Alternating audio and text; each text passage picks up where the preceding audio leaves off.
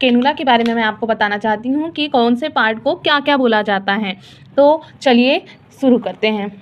सबसे पहले ये जो आपको वाइट कलर का ये जो पार्ट दिख रहा है, इस पार्ट को लेवल लॉक प्लग बोला जाता है। ओके, फिर उसके बाद में देन ये जो पार्ट दिख रहा है आपको, इसे फ्लैश बैक चैम्बर बोला जाता है, ये जो पार्ट को। उसके बाद में ये जो नीडल दिख रही है आपको, इसे नीडल ग्रेड बोला जाता है। ओके, देन उसके बाद में ये जो आपको ग्रीन कलर का ये जो पार्ट दिख रहा है, इसे इंजेक्शन पार्ट बोला जाता है।